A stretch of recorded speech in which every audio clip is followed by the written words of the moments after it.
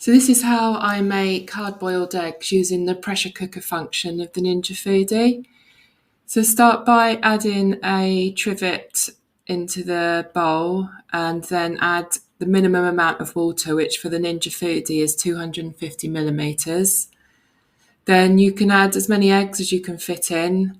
Um, I try and fit in as many as I can because I tend to just use the pressure cooker function for the eggs, for hard boiled eggs, when I need to make a lot.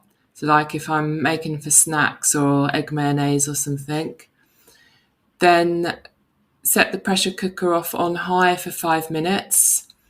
It's going to take about 10 to 15 minutes to come to pressure. Then at the end, after 5 minutes, leave it for 5 minutes, then manually pressure release. Then slide it over, open the lid, and you can see, well, just one of them has cracked, but that's still usable, that's fine.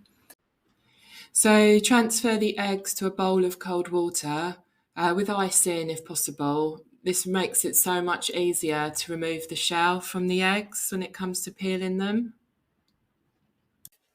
So if you're going to use the eggs right away, you can peel the shells off now. Otherwise, I'd leave them on until you're ready to use them. That way they stay fresher for longer. So let's cut into this one and we can see how it's cooked on the inside. So slice it in half and yeah, you can see that it's cooked perfectly.